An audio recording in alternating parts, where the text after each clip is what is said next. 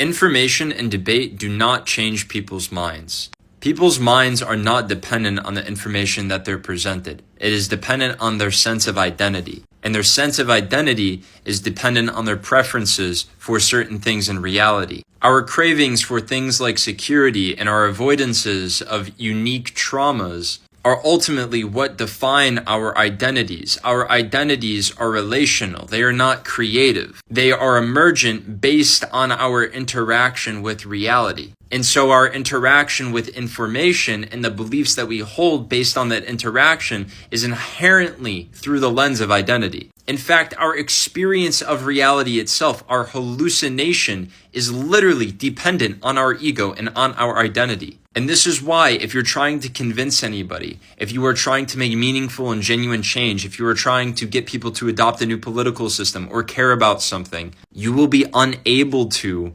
unless it is through spirituality, unless it is through genuine healing, unless it is through therapy and understanding and love and acceptance. If you present a piece of information to somebody and it changes their mind, they were already primed to change their mind in that way. They already were going to interact with information in that new sense, and you have not changed them. You have just catalyzed them.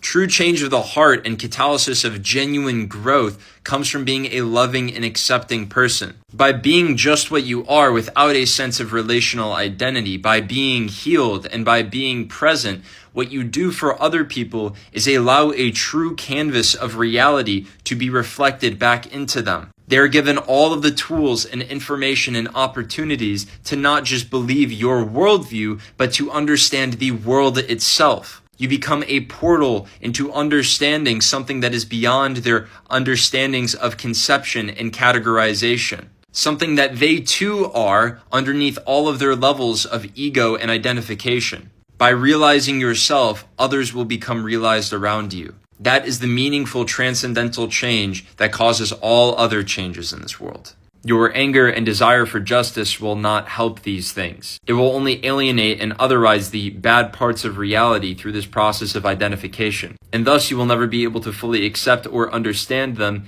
and then you will never be able to allow those people who genuinely live that way to accept or understand themselves. Because when we are not healed, when we are crooked, we inherently introduce conflict and stifle the space in the presence for others to grow. We all know that feeling when a narcissist walks in the room and we have to shut off a part of our personality. We also know the feeling when that one super open, hilarious, loving person walks into the room and we feel like we can be this part of ourselves we haven't dusted off in a while, you know? Anyways, that's all. I love you guys and take care of yourself. Be nice to other people and check out Contemplations 8 on Substack, Spotify, whatever platform you like.